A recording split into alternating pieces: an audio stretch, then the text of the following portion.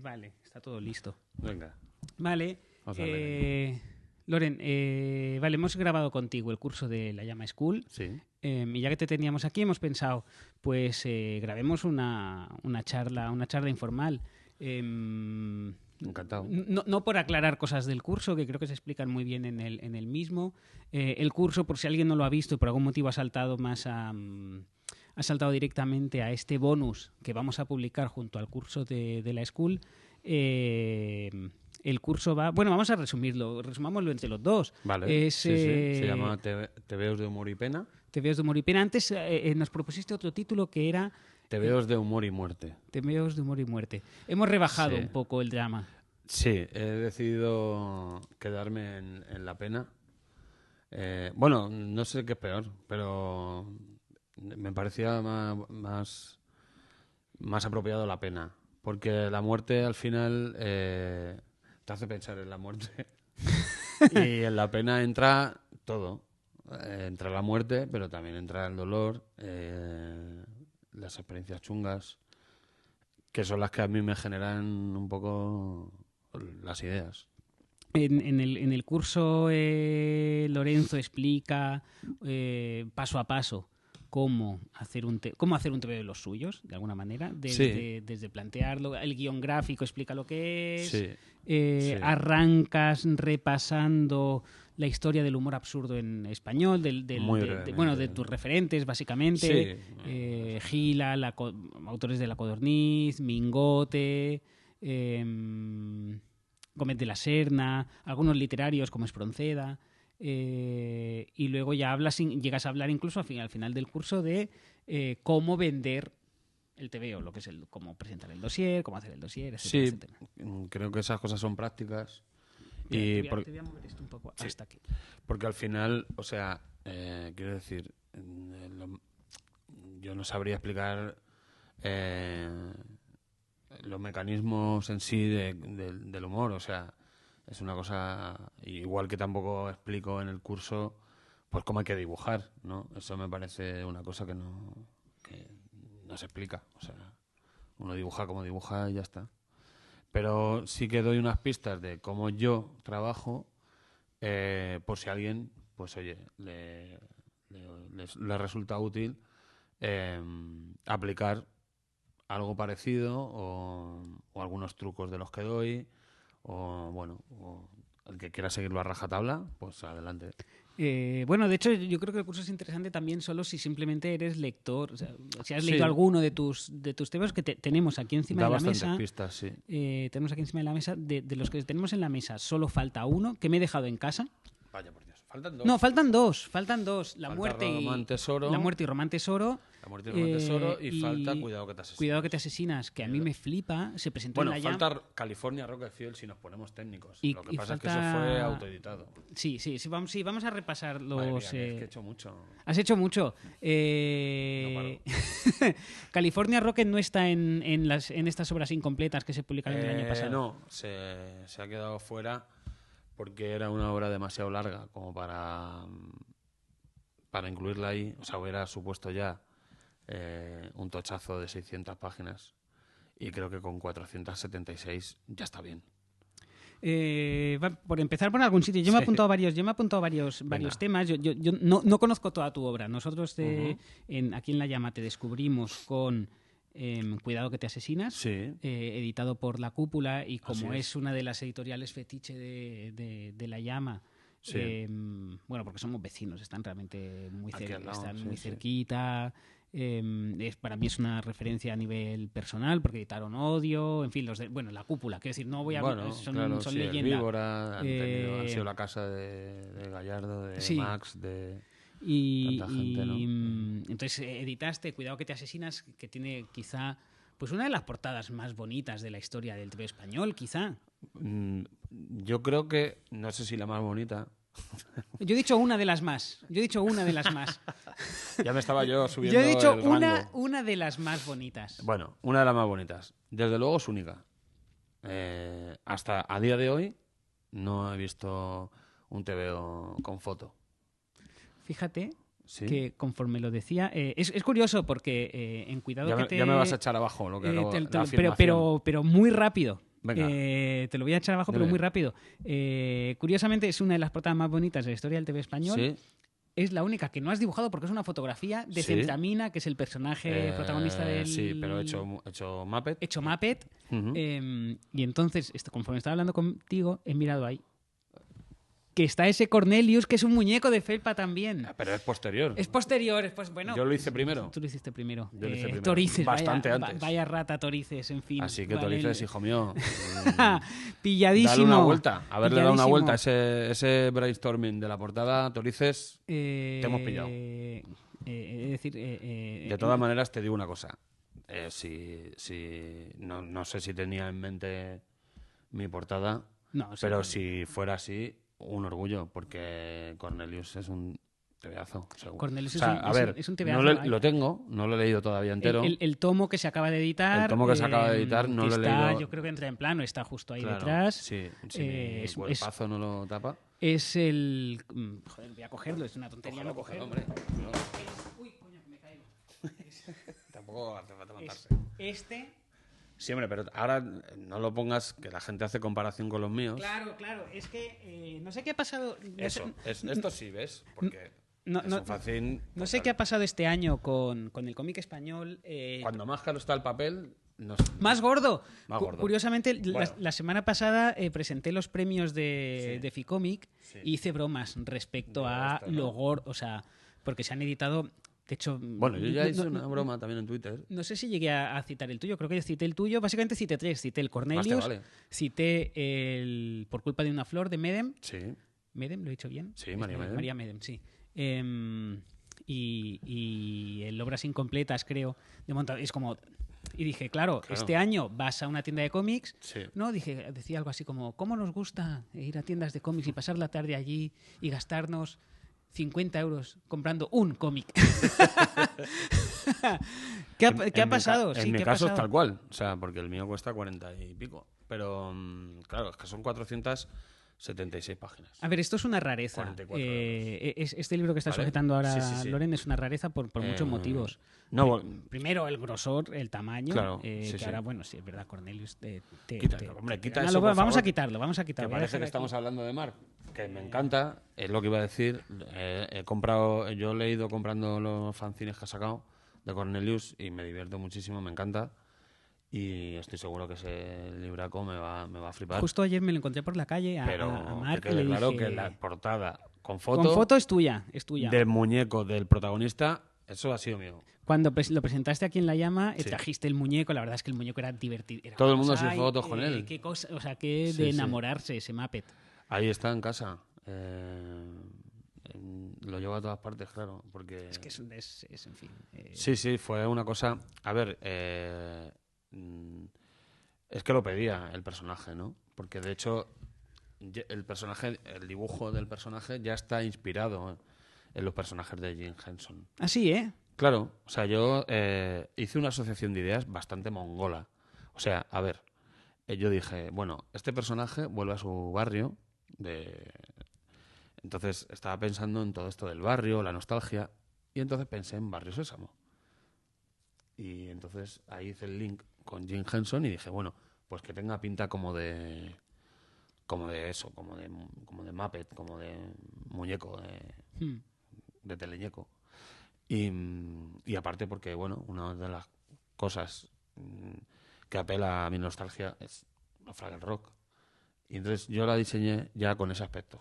Jim Henson o sea, toda la factoría de Jim Henson a mí me flipa, excepto Cristal Oscuro y Dentro del Laberinto, que las odio. Así, Y la gente me odia cada vez que digo así esto. Fíjate que tiene pero forofos. Tiene forofos. Muchos, parece. Yo pienso que no hay nada intocable, pero cuando digo esto, ojo, se me echan encima. Yo soy mayor que tú. Ahora mismo hemos perdido. Y aún así las vi de pequeño. Sí. Quiero decir, soy mayor que tú, por tanto, cuando las vi era mayor que tú al verlas y a mí me aterraron. Tanto Cristal Oscuro como Dentro del Laberinto. A mí me han aterrado. De pesadillas. A mí me aterraron siempre, pero no de miedo, de hortera. A mí no, a mí de miedo. Yo no sé qué edad debía tener, pero yo las vi sacadas del videoclub. Los videoclubs, para quien no lo sepa, eran sitios donde ibas, era el Netflix, pero era una tienda. Y era un Netflix, pero una tienda donde estaba el menú, pasabas el mismo rato que pasas con el menú de Netflix allí. Pero ahí era por una cuestión de pasta, o sea, era como de... Igual cogías una película y decían, no, esa no está disponible, se la ha llevado el señor Matías. Tengo 150 pesetas y 2 días para verla, hay que atinar. Sí, exacto. Sí que es verdad que la oferta era más reducida. Era más... Sí, ¿no? Bueno, ojo, no sé, había algunos videoclubs en Santa Coloma de Gramenet, que es donde yo me crié, que eran gigantes, o sea, con filas de coches aparcadas en la puerta, una cosa... Ostras, no, en mi barrio estaban el M y el Susi, porque era un matrimonio, o sea, tenían el monopolio del videoclub en mi barrio, él se llamaba Emilio y ella Susana, y por eso Sushi. Bueno, típico Sushi, de... Sí, ¿no? De lo raro es que no se llamaran Galaxia, que era una cosa como muy de videoclub. Sí, pero... El de Santa Coloma era Videoclub Autoescuela. Pero me flipa, tío. O sea, yo recuerdo en Santa Coloma. De verdad, o sea, venimos a hablar de... Autoescuela. Videoclub Autoescuela. Es como llamarte... No, tenía otro nombre. Pero digamos, estaba, por ejemplo, había 3 videoclubs importantes. Estaba el Saratoga, que era tienda de artículos de camping y videoclub. Gigante. El videoclub Autoescuela, que estaba en la Plaza de la Vila, creo recordar. ¿Sí? Y luego había un videoclub Ferretería, que era bastante grande. ¿Pero qué pasa ahí? No lo sé. Yo creo que eran como los videoclubs en los 80, 90, eran como el local fácil de abrir. Ya. Sí. O sea, tú tenías la ferretería y decías, le pongo un anexo aquí, meto unas pelis y la ferretería lo que tenía era mucho cine porno. Mucho. Bueno, claro. Sí. Vale, empecemos. Nos hemos ido a los videoclubs. Ya nos hemos ido a los videoclubs. Bueno, es que la nostalgia es uno de los grandes temas de tu obra. Y eso que la odio, Bueno, porque, claro, porque la nostalgia se ha puesto muy de moda odiar la nostalgia, porque hay una parte de... Bueno, primero porque llamar nostálgicos a los fascistas es un eufemismo habitual, nostálgicos del régimen, y luego porque la nostalgia en sí misma es pensar que algo por ser antiguo es mejor que lo moderno, y eso sí que es rotundamente falso, pero añorar el pasado o revisitar el pasado no es necesariamente nostálgico. Fíjate, me dijo una cosa precisamente hace un par de días. Quedé con Javier Pérez Andújar, mi escritor vivo favorito. Que es muy de esto. Que he tenido el honor de que me escriba el epílogo de mi nuevo TVO, Aquí hay avería. Y entonces no nos conocíamos en persona y el otro día quedamos. Y me dijo una frase respecto a esto, bueno, pues como casi todo lo que dice él, que vale oro. Dijo algo así como que bueno, pero esto es antiguo, pero antiguo es bueno. Conservador es malo, pero antiguo es bueno. Antiguo no es malo. O sea... Claro, sí, o sea... Hablaba de un TVO de ahora, no voy a decir cuál, y dijo, es antiguo, pero antiguo no es malo. Bueno, tú antiguo, ¿no? en tu curso, cuando hablas de tus influencias y tal, nombras mucho a Bruguera, nombras mucho la Codorniz, que son cosas que no te corresponden por edad ni de lejos. Para nada, es que hay una cosa de tu obra que a mí me gusta mucho, sin ser yo nada de eso, digamos, y me explico, es que es muy española. No eres sospechoso de ser tú, ¿sabes? Español. Es muy española. O sea, es muy... Pero en el buen sentido. En el buen sentido, sí. Yo no dibujo. Bueno, es que lo español tiene mala prensa y no me extraña. Y no me extraña, pero claro, yo aquí en La Llama, aquí tenemos el escenario, hacemos stand-up y tal, y toda la tradición del stand-up es muy americana, es muy anglosajona. Y ya llevamos abiertos 5 años, y tras 5 años viendo stand-up creo que no termina de encajar en la tradición humorística española o catalana, es que no quiero entrar en esos debates, o europea, si me apuras, y como que imitamos el estilo de allí. Y, por ejemplo, gran parte, y eso también es muy interesante, gran parte de tu generación de comiqueros, pues coincidieron con el gran boom del manga en los 90, con el anime, luego están los que hacen superhéroes, y no muchos miran hacia... Y no digo porque sea mejor, sino porque creo que hay algo... De aquí, ¿no? Primero porque hay cosas interesantes en esa tradición, y luego porque creo que muchas veces puedes conectar mejor con la psique de tu cultura, apelando a esos referentes. A mí lo que pasa... Has tocado muchas cosas que voy a más o menos hablar de ello. Por una parte, a mí es que me jode mucho cuando un grupo que me da asco monopoliza algo. Entonces, por ejemplo, lo español lo han monopolizado hijos de puta, básicamente. Entonces, eso es una cosa que a mí me da por culo, porque, o sea, a mí, como comprenderás, los nacionalismos y tal me la pelan y yo no me siento de ninguna parte porque igual he nacido en Madrid como podía haber nacido en donde sea. Yo no tengo ese sentimiento de pertenecer a ninguna parte, pues porque no, por lo que sea, pues no. Entonces me da igual, o sea, no prefiero lo español por nada, sino porque, pero simplemente porque es lo cercano. Entonces me jode que eso lo monopolice gente con mal gusto y cabrones. Porque hay cosas maravillosas dentro de esa cultura. Entonces, una de esas cosas, por ejemplo, es el humor gráfico. Del que hablaba en el curso, ¿no? Tono, citabas a Tono, nadie se acuerda de Tono. Citaba a Tono y a Miura. Incluso yo he hablado de las obras de teatro de Jardiel Poncela, que era un tipo asqueroso, o sea, era anticomunista, de hecho. Pero sí, gran parte de esa tradición es anticomunista, pero tampoco puedes decir que fueran afines al régimen. O sea, no, bueno, también, yo qué sé, o sea, quiero decir, yo tampoco lo juzgo. Pero es verdad que toda esa gente tienen en común una cosa, y es que venían de ese humor de vanguardia de Gómez de la Serna, que a mí me interesa mucho y me divierte mogollón. Y de hecho, como monologuista, pues conocerás La mano de Gómez de la Serna, sí. Que se dice, ¿no? Que es como una especie de protomonólogo, ¿no? Bueno, es técnicamente, claro, no, es que técnicamente un monólogo, sí. Porque es una única persona hablando. Sí. Lo de la mano del orador, ¿no? Sí, el orador. Además lo dice. El orador se llama, de hecho, no la mano. Sí. De las poquillas cosas que se han conservado de ese estilo, y claro, yo veo a Gómez de la Serna, veo a Gila y pienso... Sí. Y no es que me parezca mejor que el stand-up que se está haciendo ahora, que es increíble y hay un nivel espectacular, sino que pienso, ¿cómo podemos no...? Quizás es americanofobia de mi parte. Ya. Pero ¿cómo podemos aprovechar la influencia americana, pero apelando... Y no por una cuestión de respeto a la tradición ni nada, sino porque pienso que a veces... Jolín... pienso que me están hablando a mí cuando es esos referentes, ¿sabes? Porque es algo que yo conozco. Yo, es por una cuestión de cercanía y porque lo he tenido cerca y porque en mi casa ha estado. O sea, a ver, en mi casa no nadie leía TVOs y nadie seguía especialmente a ningún dibujante ni nada.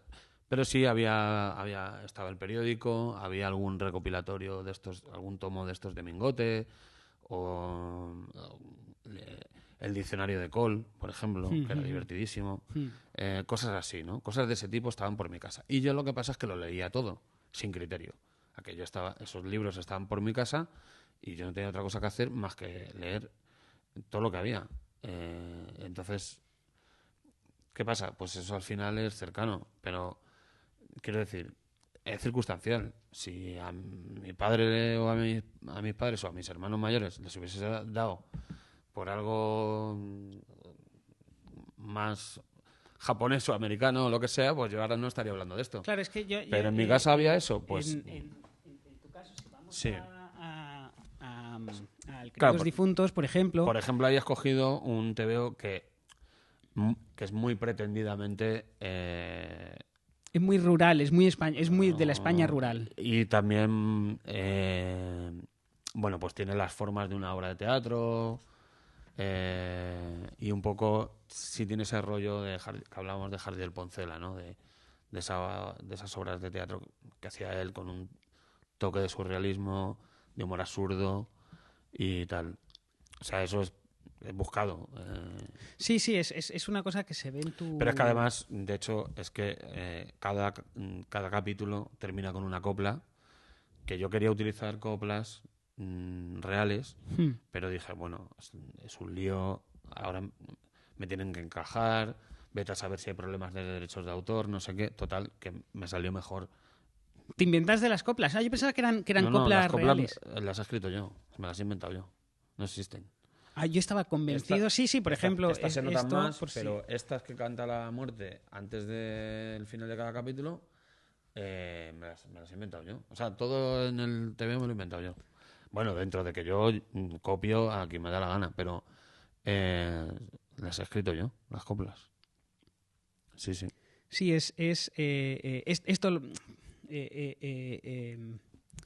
es muy Amanece que no es poco, tiene cosas de Amanece que no es poco, eso me han dicho. digamos, sí. También yo no pensaba tanto en Amanece que no es poco, pero... Yo también, porque creo que porque yo suelo pensar mucho en tebeos cuando apelación hago tebeos. a lo rural y al surrealismo español es como Amanece. Sí. Es una referencia tan gigante que en cuanto ves algo un poquito de humor absurdo...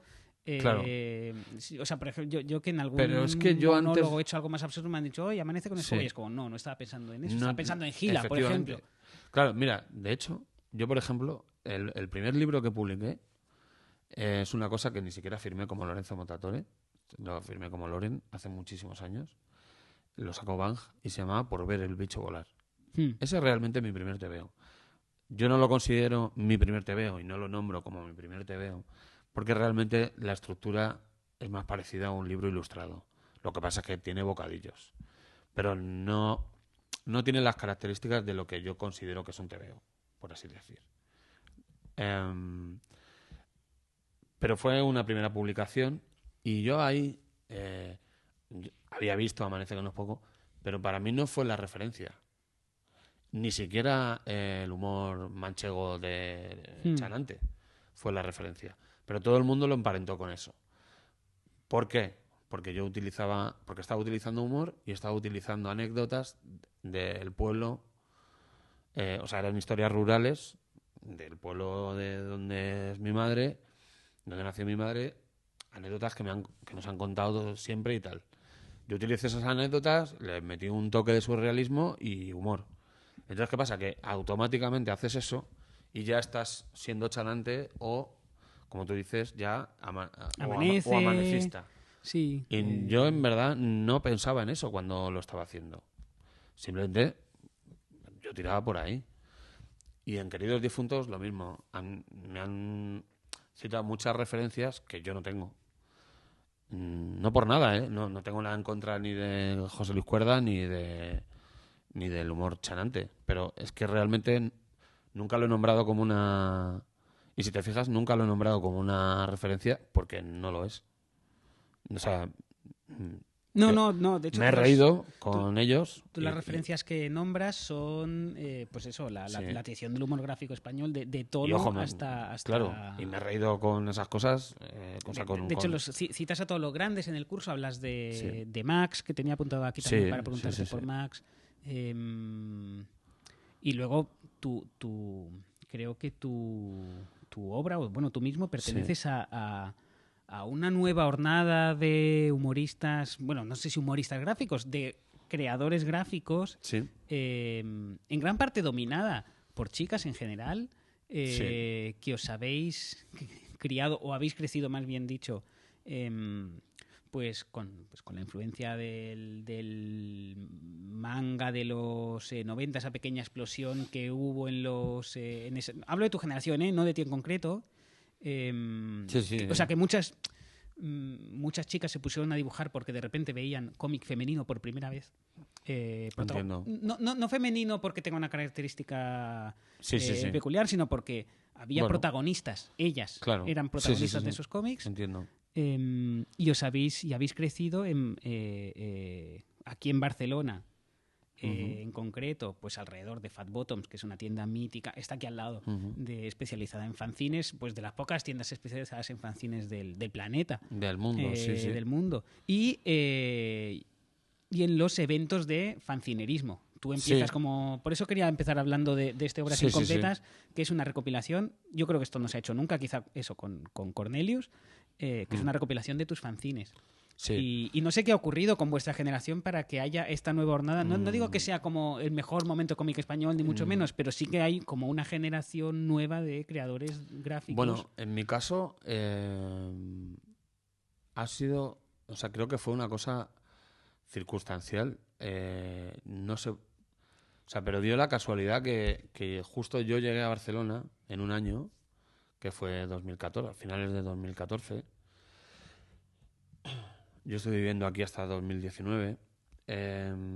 Y en ese año en el que yo llegué aquí, nos juntamos en Barcelona, casualmente, varios autores más o menos de mi edad. Digo más o menos, algunos 3 años más jóvenes, otros tal. Y entonces, bueno, pues porque coincides en los eventos y tal, pues acabas haciendo como piña y de ahí y es inevitable que acaben surgiendo cosas, ¿no? Por ejemplo, una de las cosas que surgió de aquello fue la revista Voltio. La revista Voltio, que sí. tuvo 3 números, si no recuerdo mal, y que la llevaban Ana Oncina y Alex Jiménez, que editaba la Cúpula. Entonces, bueno, pues eso ya hacía que algunos autores pero que no teníamos nada que ver estilísticamente, porque la mayoría, cada uno bebíamos de... No, pero crea una escena, digamos. Pero bueno, sí, parece como que... Daba la sensación como que había una escena, porque... Sí, porque, bueno, realmente es como suceden todas estas cosas, ¿no? Coincides en el tiempo y en un lugar y al final pues haces cosas juntos. Aunque luego, sí, esa cosa medio camino entre yo no haya leído un manga en mi vida y, por ejemplo, a Ana Oncina pues le encanten. Sí.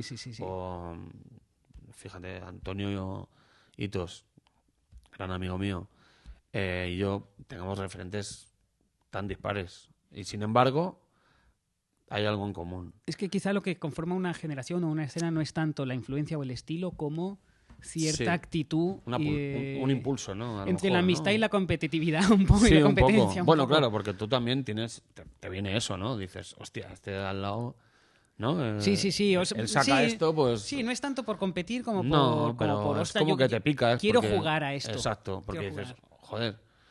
Y también en aquel tiempo, pues empezó Guter, Graf, tal.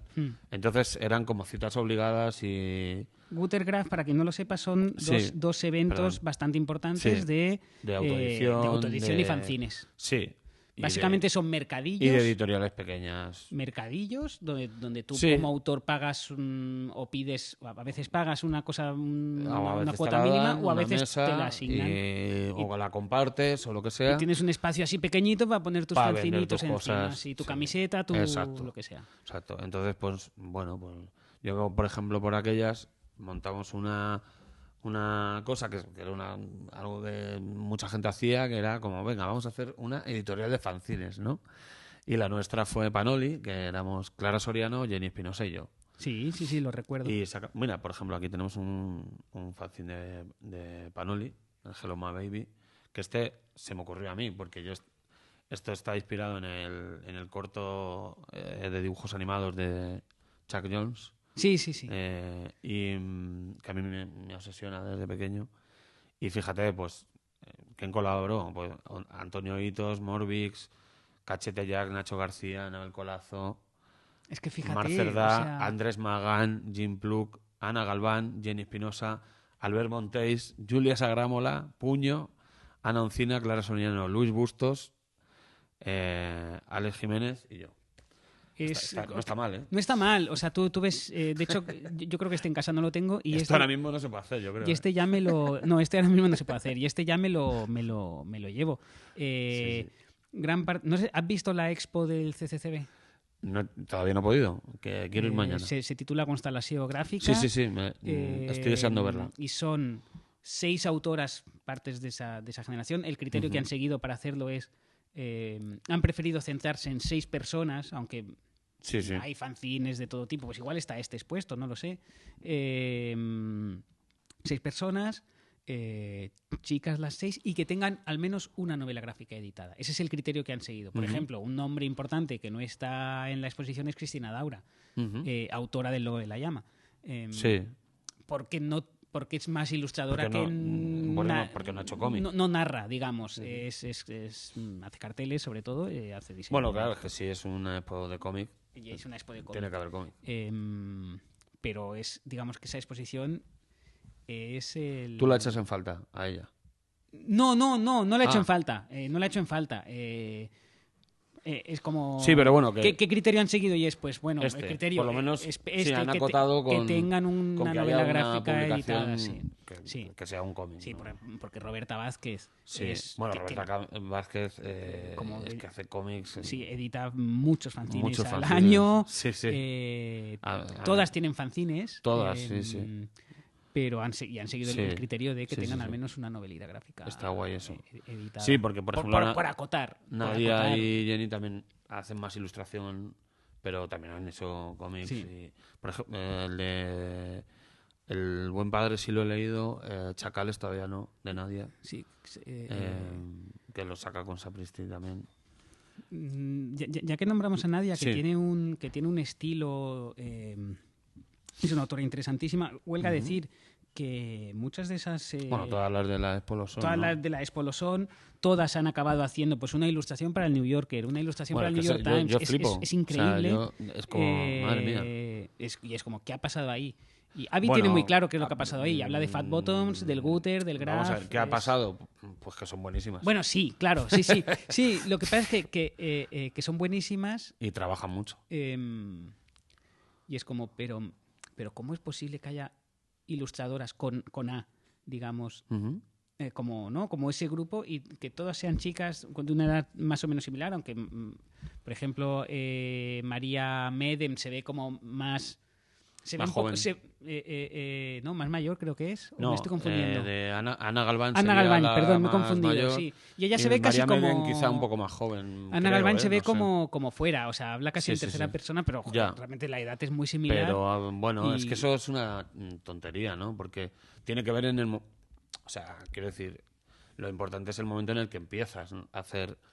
Yo también pensaba en su momento que he empezado tarde a hacer fanzines, porque tenía... yo que sé, 30, ¿sabes? Cuando empecé a hacer fanzines. Porque yo a los 16 no estaba a otra cosa. O a los 20 estaba a otra cosa. Yo no hacía fanzines con 20 años. Ni siquiera dibujaba cómics con 20 años. No, ¿cómo empezaste? Pues yo lo que dibujaba a esa edad eran carteles de música. Porque a mí lo que me gustaba era la música. O sea, yo dibujaba... bueno, esto es una chorrada. Evidentemente he dibujado desde siempre.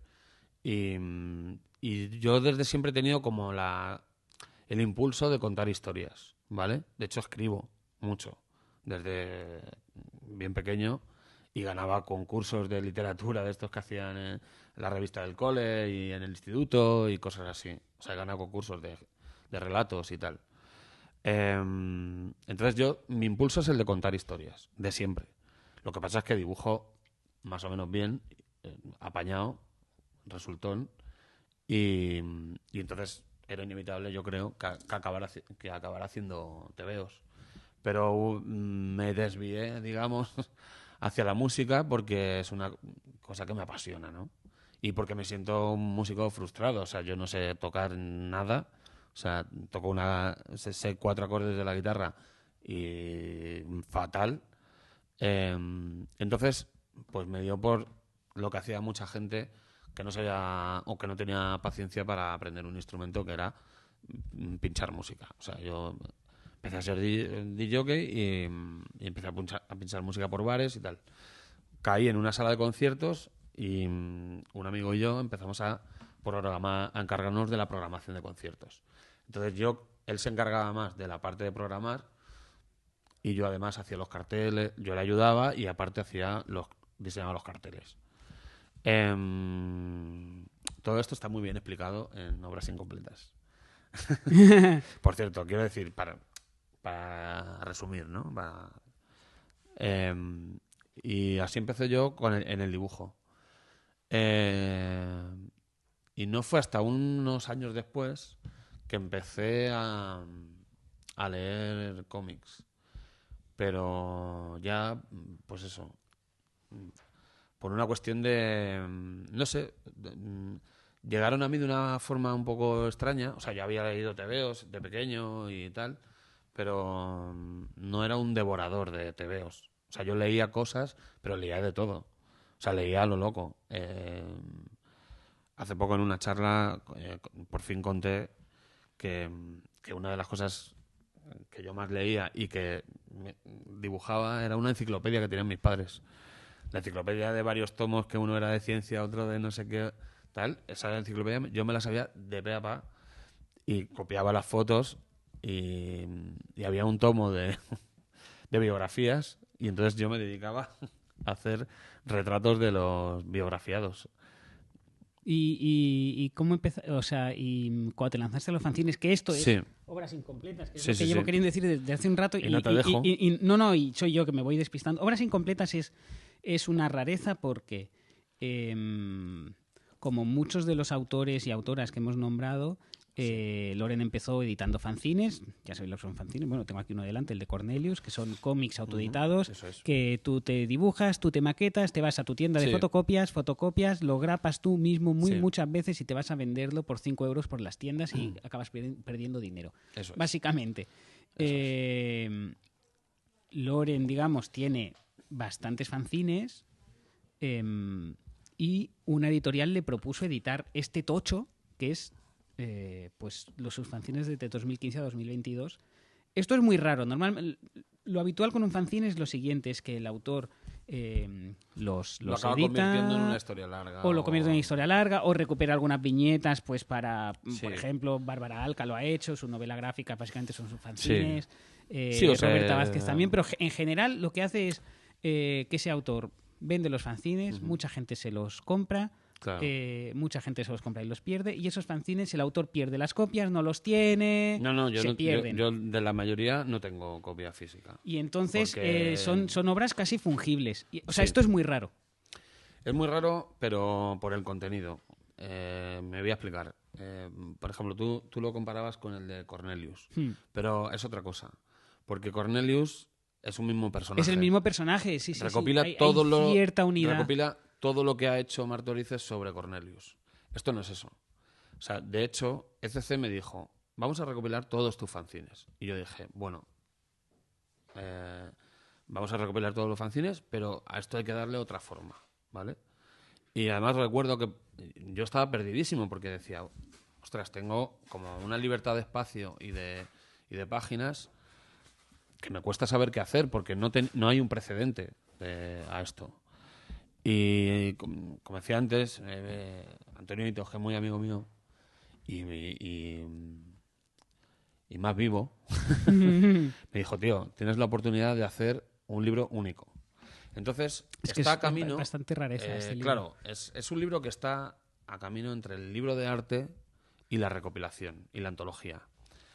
Es raro porque esto normalmente, una antología, se hace a un autor que lleve 30 o 40 años de carrera o incluso que esté muerto. Sí, de hecho casi lo segundo, ¿no? Yo estoy en activo y muy en activo y de hecho solo recopila 7 años de carrera, que tampoco es nada. Lo que pasa es que yo en 7 años, es otra cosa que hay que decir, he dibujado muchísimas páginas porque voy a una velocidad... de hecho es raro porque sacas casi un cómic al año. Casi. Tú has sacado casi un cómic al año o más en los últimos años. Sí. De hecho, sacaba un cómic largo y no sé cuánto, y 6 fanzines en un año. Una cosa loquísima. Entonces, esa fue la idea, ¿no? Coger todo eso, o sea, que este libro sea como una entrada a todo mi universo. Entonces, hay fotografías.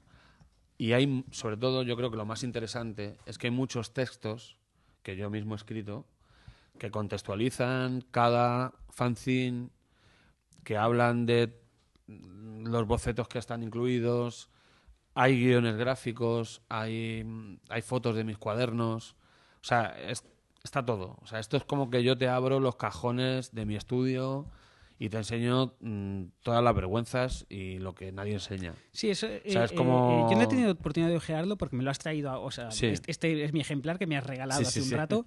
Sí. De hecho, mira, perdona, es que justo lo abro por aquí. Hay un informe médico. Sí, era uno de los temas de los que quería hablar también. Sí. Claro, tener la oportunidad de asomarse aunque no te interese el cómic, por ejemplo, o no te interesa la novela gráfica, tener la oportunidad de asomarse a los cuadernos de cualquier creadora y me parece una oportunidad muy guay. Hay una cosa que caracteriza a tu cómic, a tus cómics y a los cómics de algunas de las autoras que hemos citado, pues el caso de Nadia, por ejemplo, es que son cómics muy minimalistas en estilo. Sí. Es decir, suceden muy pocas cosas en cada página, el estilo es muy artístico y claro, eso, si hubierais sido autores de una industria bollante. ¿Por qué hubo tanto fanzinerismo en España en los 2000? Básicamente por una cuestión de precariedad también, ¿eh? O sea, si querías publicarte, tenías que hacértelo tú. Claro, y eso te da una libertad. Es como no respondes ante nadie. Claro. Ningún editor te dice esto es un error. Para bien y para mal. Para bien y para mal. Para bien y para mal. Sí, porque un editor... es necesario, yo creo. O sea, no sé, yo no conozco tanto el sector de la novela gráfica. A mí me sacas de Emilio Bernárdez, editor de La Cúpula, y tampoco conozco a ninguno más. A mí, por ejemplo, a mí me gusta que los editores editen. O sea, quiero decir... Sí, que te digan, estas páginas sobran... Yo estoy a favor de la figura del editor, y además a mí me gusta que... Y en literatura pasa igual, ¿eh? O sea... Sí, claro. O sea, pero que el editor edite, me refiero que haga su trabajo, ¿no? No a lo mejor que te sugiera cambios en la portada porque no sé qué. No, sino que realmente hay una labor de edición o sea, bueno, pues he puesto el ejemplo de la portada por decir algo, ¿no? Pero es el tipo que va a conocer a tu público. Claro, sí. Pero ese filtro que supone tener un editor, yo creo que es necesario. O sea, pero no tenerlo también está bien, porque las obras fallidas, aparte de ser aprendizaje, bueno, pues son interesantes en sí.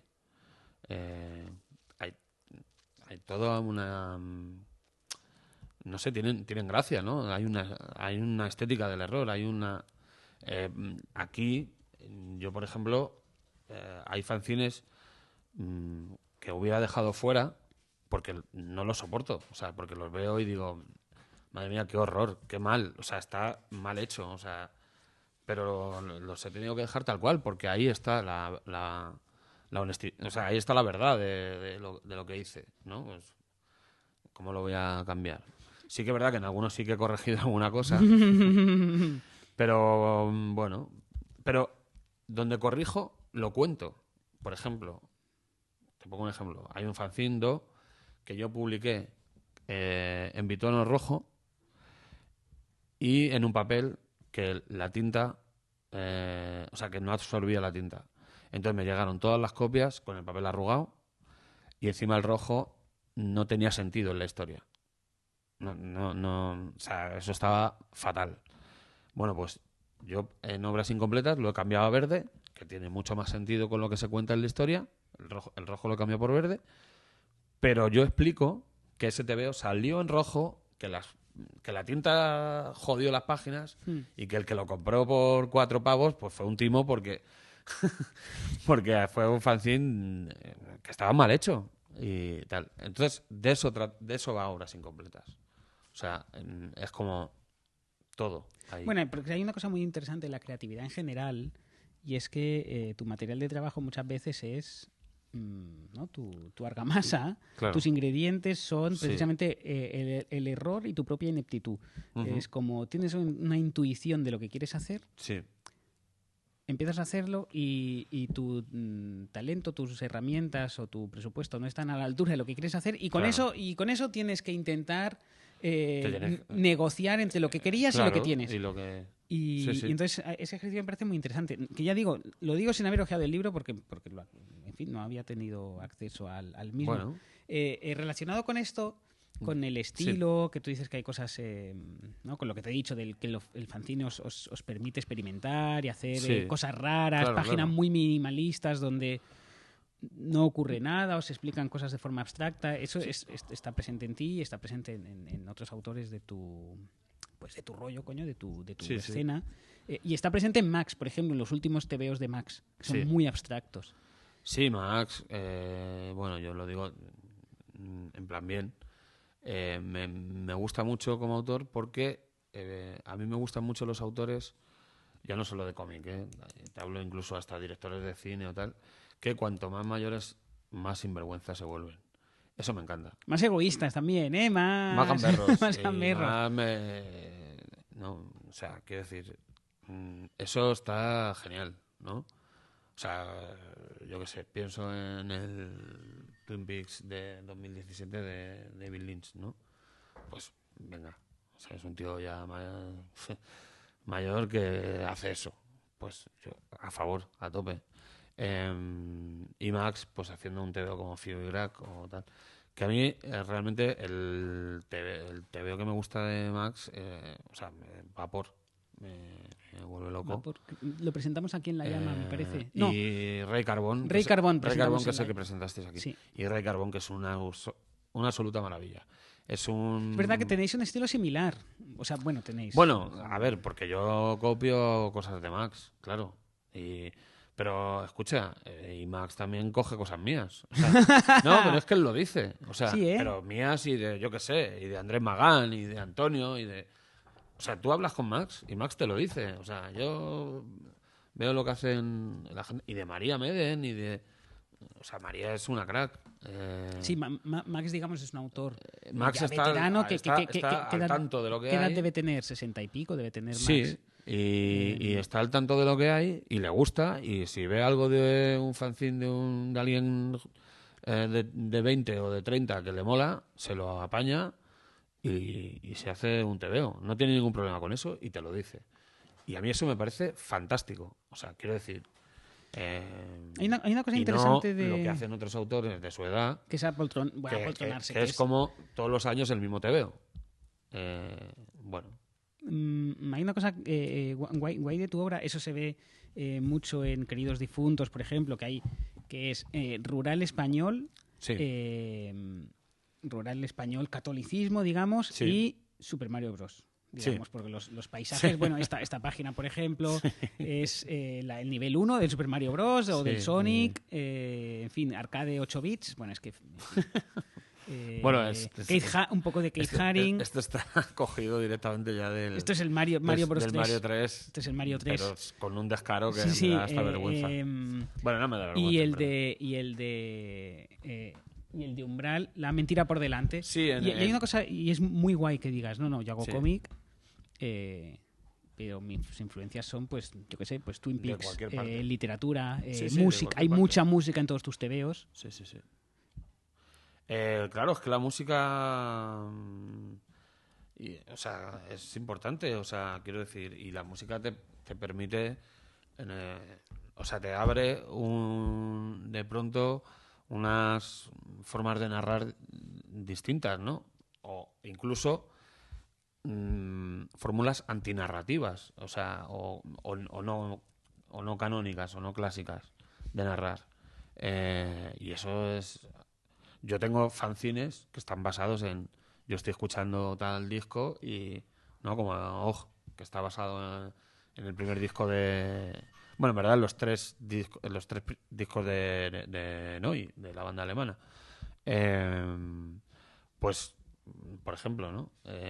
Yo ahí, ¿qué hacía? Bueno, pues mientras estaba escuchando ese disco, yo decía, bueno, pues... Yo, no sé, si me van ocurriendo cosas, y iba dibujando y tal. Bueno, es un ejercicio que es interesante, fallido, porque el resultado pues, deja mucho que desear, pero... y claro, y al hacerlo tan rápido, pues hay mucha... Pero eso yo creo que es interesante. O sea, y es interesante mostrarlo tal cual, ¿no? Tener esa cosa de decir, bueno, yo lo presento como ha salido. Y ya está, porque es lo que hay que hacer, terminar, enseñarlo y a otro, y así. Y ya saldrán bien, y ya saldrán mejor. Y eso también lo defiendo mucho, es lo que digo al final de mi curso La Llama School, el de que es de redacción humorística, que para mí enseñar lo que has hecho Sí. Forma parte del proceso. Es decir, no sirve de nada o es contraproducente acostumbrarte a... Yo que en el curso y lo que yo hago son piezas cortas. creo que no sirve de nada ir escribiendo historias que sabes que no vas a enseñar, porque van a tener siempre un acabado que no termina de. Claro. Es como, no, está a medias, pero es que no se lo voy a enseñar a nadie. No, es termínalo como puedas, Claro, y además, asume que va a estar mal y enséñalo. Haz un fanzine, publica un post, haz un pantallazo y ponlo en tu Twitter. Es que yo creo que no hay una cosa peor que el miedo al error. Es que si no, no cierras la carpeta. Claro, exactamente. O sea, el miedo al error es una cosa que es de lo primero que hay que quitarse, yo creo. No pasa nada, María. Claro, o sea, qué miedo ni qué leches. O sea, es que lo que estás haciendo al final es, claro.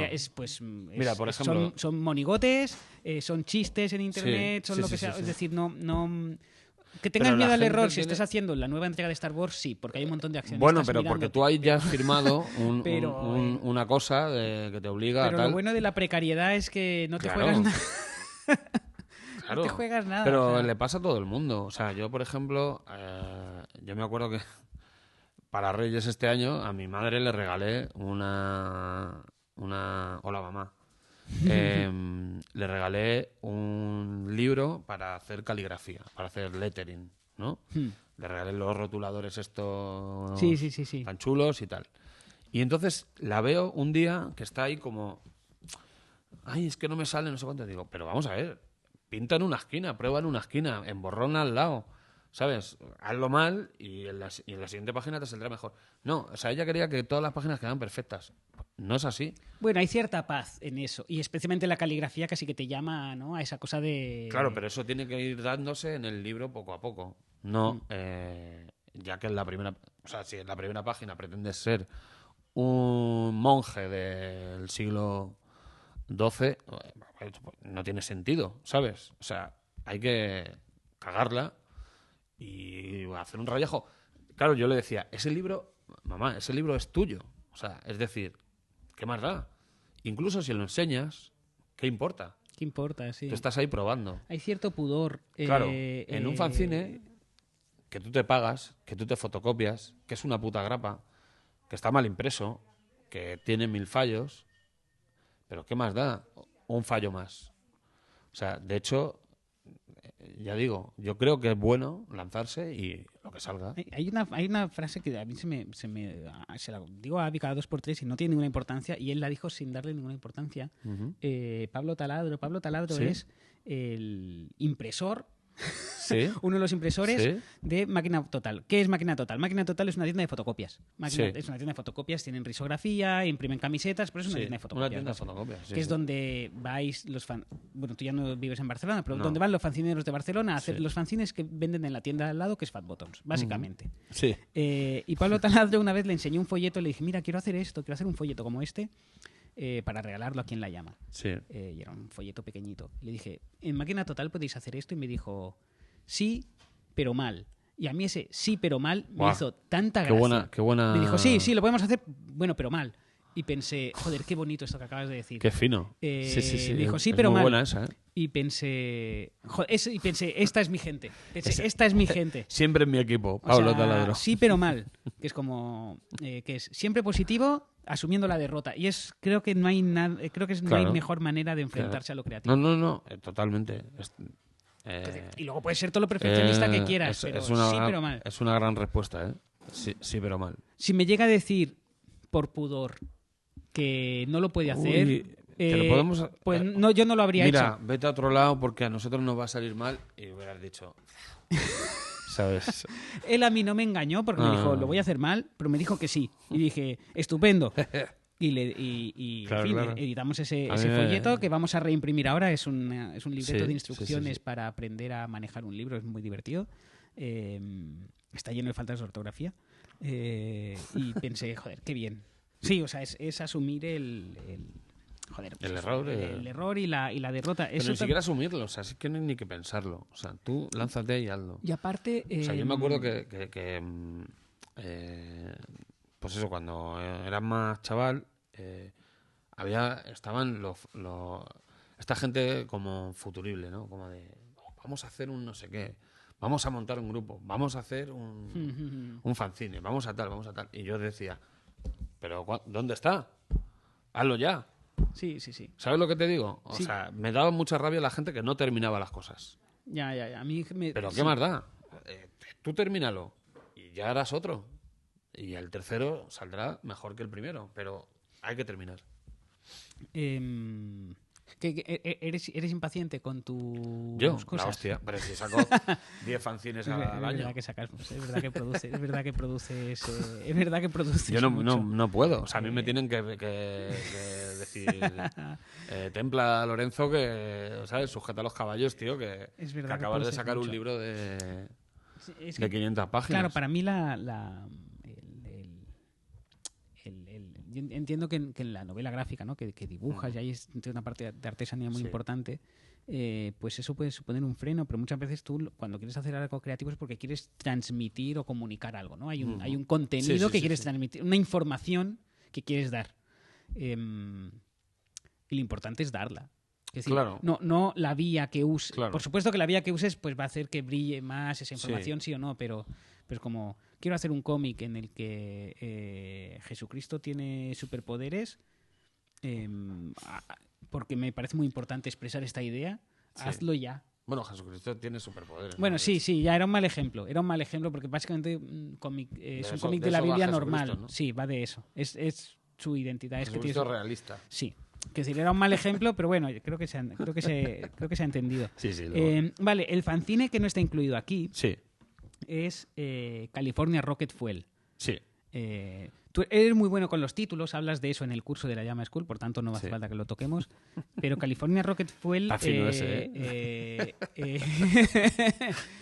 California Rocket Fuel, yo supe enseguida de que iba, aquí lo estuvimos vendiendo en la Llama, y cometí el error de no quedarme un ejemplar. Igual que yo. Y yo sabía de qué iba en cuanto lo anunciaste, porque sé exactamente lo que es el California Rocket Fuel, que en español significa combustible para cohetes. Cohetes californiano. Sí. Yo sé lo que es una combinación de fármacos, de antidepresivos, creo. Sí, de antidepresivos. ¿no? Como el venlafaxina y mirtazapina. Como el megacombo de antidepresivos que yo tomo. Y además... bueno, a mí, si quieres cuento un poco de dónde viene. A mí me diagnostican trastorno bipolar y entonces empiezo a tomar medicación, pues una burrada de pastillas de la noche a la mañana, entre ellas la mirtazapina y la venlafaxina. A ver, cuando a ti te diagnostican una enfermedad mental de este tipo, lo que pasa es que se trabaja con casi la prueba y error. Por prueba-error, sí. O sea, ¿cómo te has sentado? No sé qué. Es un tiempo, hay que tener mucha paciencia porque se tarda mucho tiempo en comprobar si la medicación está realmente, si está haciendo algo, ¿no? Si tiene efecto real, y entonces se tarda mucho. Luego son medicamentos que tienen muchos efectos secundarios, o bueno, cada vez menos, pero los tienen. Y bueno, pues es complicado. Pero bueno, pues en esas que yo estaba probando a ver qué me iba bien y qué me iba mal, una de las cosas que tomaba era esto, ¿no? Venlafaxina y mirtazapina. Y como supongo que hacemos todos, hasta cuando te cortas, ¿no? En un dedo, vas corriendo a internet a mirar a ver qué te ha pasado, y después de 10 páginas que te dicen que es cáncer, ves algo, ¿no? Y entonces yo leí esto del California Rocket Fuel, puse mirtazapina, venlafaxina, y enseguida leí California Rocket Fuel y dije, ostras, qué nombre más guapo. Entonces, como explico en el curso, hay que apuntárselo todo lo que te suene bien se apunta. Entonces me apunté a aquello. Y además me pasó una cosa un poco de potra, que esto lo enseñé en mi Instagram y en mi Twitter, que es que estaba una mañana jugando con la medicación, o sea, la tenía encima de la mesa y claro, son círculos, tal, no sé qué, o sea, las pastillas son redondas y había una cuadrada, no sé qué, estaba haciendo así y de repente dije, ostras, si parece un personaje mío. Entonces, el protagonista de California Rocket Fuel está basado en Sí, recuerdo ver esa imagen. ¿Puede ser que estuviera incluida en el fanzine como una foto? No. No, pues entonces es de pero tu Insta, la sí. compartí en internet. En tu Insta, sí. Sí, Sí, porque yo he visto esa imagen, seguro. Claro. Y nada, California Rocket Fuel básicamente yo no trato tanto el trastorno bipolar como la fase de la depresión, que en el tipo de trastorno bipolar que tengo yo es la más aguda y la que más veces he sufrido, digamos. Entonces, este episodio de depresión mayor, yo decidí contarlo sin palabras, es un TVO mudo de 120 páginas, 124 me parece, y en el que, más que, o sea, digamos, quería alejarme completamente del relato, ¿no? Bueno, pues de la crónica de un enfermo y quería alejarme de eso, o sea, quería que realmente mediante elementos del TVO, o sea, los elementos formales puramente del TVO, experimentaras lo que es tener depresión. Y bueno, pues el experimento por una parte salió mal porque nadie quiso publicarlo. Sí. Yo lo presenté en muchas editoriales y todas me lo rechazaron. Al final decidí sacarlo por mi cuenta. Primero en descarga digital lo puse gratuito por el Día de la Salud Mental, el Día Mundial de la Salud Mental. Lo subí, lo compartí en descarga gratuita. Y después hubo una pequeña tirada de Sugoi, que es una pequeña editorial de Valencia, que sacó 50 copias. Sí, que es muy en papel. Muy bueno, poquito. porque hubiera un testimonio en papel de que yo había hecho aquello. Pues igual no lo tuvimos en La Llama y me suena la descarga digital mía. Que yo me descargara así, porque ser. Entonces no lo tuvimos en La Llama. Esas 50 copias, yo de hecho tuve una y la regalé seguramente, porque yo no tengo ese TVO. Y de hecho ni siquiera lo llegué a ver ni nada, porque la persona que lo publicó lo trajo al Salón del Cómic ese año y vendió los 50 y ahí se acabó la historia. El otro día, en el Salón del Cómic firmando, vino un chico a que se lo dedicara. Era la primera vez que dedicaba un California Rocket Fuel. Me hizo mucha ilusión. Me dijo que lo había comprado en un lote. Sí, que se lo había comprado a una persona que vendía, que se estaba deshaciendo su colección, de su colección, pues estaba ahí el TVO. Con tan buena suerte que este chico le gustaban mis TVOs. Entonces, fue como para él fue una gran sorpresa porque, joder, si tú sigues más o menos mis TVOs, ese es inencontrable y no está en obras incompletas. Así que, pero bueno, no quiero adelantar nada, pero puede ser que acabe saliendo en papel. Así, hombre. Vamos, lo acabo de adelantar. Lo acabas de adelantar, sí. Bueno, esto solo lo verán. Bueno, no sé qué voy a hacer con este. Yo creo que lo pondré como... No, esto que lo vea todo el mundo, ¿no? Sí, ¿por qué no? ¿Por qué no? Te quería preguntar también por los... hemos hablado de los eventos, ahora que nombras el Salón del Cómic. Fue hoy estamos grabando esto a martes.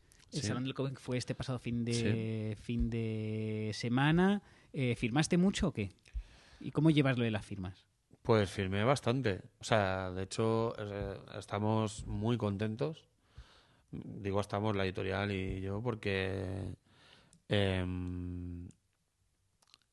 bueno, pues sacar una novedad en el salón, pues imagínate. O sea, no sé cuántas novedades salen, pero una burrada. O sea, es una barbaridad la de novedades que salen. Sí, bueno, salió el informe de TVOsfera año hace poco, el Día Día Nacional del Cómic, y se están editando en España 12 cómics al día. Entre 12 y 15 cómics al día. Sí. Bueno, pues imagínate una burrada. La burrada que salió. Sí. Tal. Que me hayan dicho, me parece que ha sido el 6º más vendido del salón. Hombre, un TVO de 36 pavos. Un TVO caro. Y digo... Poco fácil, ¿no? Poco fácil, es decir, tu obra es mainstream. Bastante vanguardista, muy poco diálogo. Claro. Es decir, son páginas súper minimalistas. Hay muy poco texto. Mira, te toca pegatina. Me ha tocado pegatina, sí. No, es que esto es una costumbre que tenéis los fanzineros.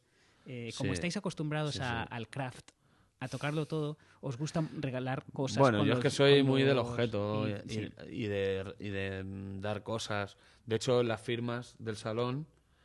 Esto fue idea de mi editorial porque sabe que a mí me gustan mucho estas cosas y también por darle un poco, ¿no?, de valor al TVO. Pero yo llevé mi propio regalo para la gente. ¿Qué es ese fanzinerito que tenemos ahí? No, este es como la nota de prensa, pero hecha fanzine. Que está muy bien, muy práctico y yo creo que bonito, ¿no? Sí, además incluye una entrevista conmigo y un extracto del epílogo de Pérez Andújar. Pues me lo voy a quedar, está muy bien. Creo. Sí, es para ti. Mira, con una cita de Buenafuente. Claro, sí. Buenafuente leyó el TVO y yo se lo pasé. Es un tío majísimo y él tuvo a bien de hacer un comentario sobre el TVO y bonitos tus cómics. Y decidimos incluirlo en la cubierta con su... Pues que esto sea el quinto más vendido del salón, me parece el sexto. Sí. No, es una noticia increíble. Es una noticia increíble, sí, porque no tus cómics, pues, que son súper bonitos, no son... Sí, pero es una pieza dura y además... Sí, son piezas duras por formato, es decir, son muy minimalistas. Muy minimalistas, pero luego hay páginas que te están contando mucha cosa con con muy poquitos elementos. Por ejemplo, a mí me resultó muy sencillo leer Queridos Difuntos, pero Cuidado que te asesinan me parece un poco más duro de leer. Y luego los temas que tocas son... Pues ya me dirás de este. Porque la gente los ha comparado. Aquí hay Avería y Cuidado que te asesinas. Tienen un punto parecido. Bueno, porque son Cuidado que te asesinan es muy lisérgico y en este hablas de una droga ficticia. ¿Cómo se llamaba? Que es un nombre estupendo. La bismina. La bismina es muy... Sí. Pero es casi el reverso de la moneda. O sea, porque Cuidado que te asesinas es, digamos, pues eso, el esperpento, ¿no? Yo me inspiré en Luces de Bohemia, como además lo cuento en el curso. Es un viaje en una noche, igual que la estructura es muy parecida, hay guiños todo el rato a Luces de Bohemia. Es el esperpento, o sea, es decir, la imagen deformada de vuelta del espejo, deformado, ¿no? Aquí debería no. Aquí debería es el reflejo tal cual es. En ese sentido, y pese al dibujo cartoon y psicodélico y tal, es, yo creo, el TVO más realista que he hecho. Es un relato duro y quizá el que menos humor tiene. Hay humor, hay gags, hay mucho slapstick, pero porque a mí me gustan los TVOs así. Sí, bueno, y porque hay monigotes. Efectivamente, porque bueno, así es como yo entiendo los TVOs, pero la historia es dura. La historia es dura y además yo quería hacerla así. O sea, yo quería que fuera un hostiazo en la cara. Es que, bueno, tu curso de la Llama School se titula, ya lo hemos dicho, TVOs de humor y pena. De humor y pena. Y claro, son mucha gente... tu curso tiene un punto de teoría del humor, un poquito. No solo tiene la parte práctica. Y hay mucha gente a la que... esto nos pasa en La Llama continuamente. O sea, en La Llama, libros de humor, en la narrativa y en los cómics, dirías que casi todos... Sí. Pero libros que hagan gracia, es decir, que hagan reír, que generen hilaridad, hay muchísimo menos. Y, y la gente no todo lo que son temas, pues la salud mental, la depresión, ¿no? Parece el antihumor. Sí. Y sin embargo hay un montón de libros que tratan un montón. Bueno, un montón. Un montón para lo que podías esperar. Sí. Pero es constante. O sea, de La Conjura de los Necios, que es el gran libro de humor, que es un libro sobre la soledad y la depresión. Es un tema muy recurrente. La muerte es un tema muy recurrente en el humorismo. Bueno, y hay gente que se pone en guardia o que no lo considera humor porque son temas trágicos y porque no hacen gracia. Que no es lo mismo que el hecho de que las estrategias sean humorísticas. Efectivamente, claro. Pero es que yo creo que... O sea, yo es que no entiendo la vida sin reírme de todo. O sea, es que eso es una cosa para mí fundamental. Si mis TVOs son así, es porque yo soy así. Es decir, yo a veces incluso hasta me paso, que a veces digo, ostras, tómate esto un poco en serio, pero quiero decir, yo sufrí un infarto que casi me muero, real, tú lo sabes, por el que me tuvieron que operar de un doble bypass, y cuando me estaban poniendo la anestesia en la mesa de operación, mis últimas palabras fueron gilipollas. Quiero decir, quiero saber el contexto. Podría haber salido mal la operación y yo me hubiera ido de este mundo diciendo, ese es un gilipollas. Sí, es como, bueno, recordemos sus últimas palabras, gilipollas. Claro, sí, tal cual. Sí, hay gente a la que eso le... Y además por error. O sea, me estaban hablando de es que no lo puedo decir. Me estaban hablando de un personaje y yo lo confundí por otro y dije, pero si ese es un gilipollas. Y fundido a negro y lo siguiente que recuerdo es despertar colocadísimo de drogas y mi hermana sujetando la mano llorando. En plan, todo ha salido bien. Claro, hay gente a la que estos temas pues se pone en guardia y le va a parecer mal que incluso la persona que lo ha sufrido frivolice sobre... Pero es que no estoy frivolizando, es que yo qué sé, tío. O sea, a ver, yo lo he pasado muy mal con este tema y sigo pasándolo mal. Yo todavía no he... O sea, de hecho yo estoy lidiando ahora con lo que pasó entonces. Porque recién ocurrido, lo que me pasó, no era muy consciente. O sea, era como, ¿qué ha pasado? ¿Sabes? No, estaba como atontado. Y ahora, casi 2 años después, es cuando estoy asumiendo que tuve un pie allá, ¿sabes? Tuve un pie en la tumba, literalmente. Bueno, de hecho es que estuve 5 horas. Cuando te hacen un bypass te paran todo. Todo, absolutamente todo. Y te tienen que reiniciar. Y no solo tiene que funcionar el corazón, tiene que funcionar el resto. Que eso es una cosa que no sabía, que dije, hostia, esto no lo avisáis, cabrones. Bueno. Sí, y así fue, pero aquí estoy. No sé, yo entiendo, todas las cosas las entiendo con humor. Y creo que es mi manera de afrontarlas. Porque, bueno, pues soy una persona muy, pues eso, que estoy acostumbrado a vivir con la depresión, a lidiar con estas cosas.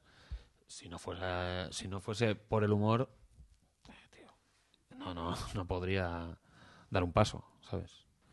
Entonces, para mí es fundamental. No creo que sea frivolizar. Es asumir las cosas. Pues creo que lo vamos a dejar aquí porque me parece un finalazo. Sí, ¿no? Sí, ¿por qué no? Es una charla extraña para quien la esté viendo. No sé qué voy a hacer con ella, no sé de dónde la voy a publicar. Bueno, yo creo que ha quedado bonita. Sí, como bonus del curso, sí, como pre-teaser del... No lo sé, pero como teníamos el rato... Pues estaba guay. Pues muchas gracias, Loren, por la charla y por el curso, que si no lo habéis visto... vedlo ya, o sea, porque sí. Se explica, o sea, no habla de estos temas, habla de cómo hace estos TVOs. Entonces, si quieres ser Loren Montatore, arrebatarle la identidad, editar sus TVOs, de hecho, plagiarme. Plagiarle. Yo estoy deseando que llegue el TVO que me plagie. O sea, que llegue el autor o la autora que yo diga, anda, qué cabrón. Que me ha copiado. Bueno, lo de Cornelius no lo había pensado. Lo de la portada, que es una foto. Bueno, debe haber más. Debe haber más. Y es posible que se lo preguntaré el próximo día. Tendremos la presentación del tendríamos que buscar del corniulazo. En serio, o sea, tendríamos que ser estrictos con esto, ¿no? De mirar a ver quién hizo primero la portada con foto. No, o sea, el cómic con foto. No, yo creo que... el primero entre tú y Torices. Quiero decir que si antes... antes de ti, hombre. Yo y Torices, yo, pero eso está seguro. Eso está... No, pero tiene que haber, seguro. Pero seguro que hay cómics. Seguro, sí, foto. Que hay algún muñequito, sí, gente que haya hecho stop motion. Sí, seguro que hay. No soy tan... no molo tanto. Bueno, Loren, pues muchas gracias. Muchas gracias, Quique, tío.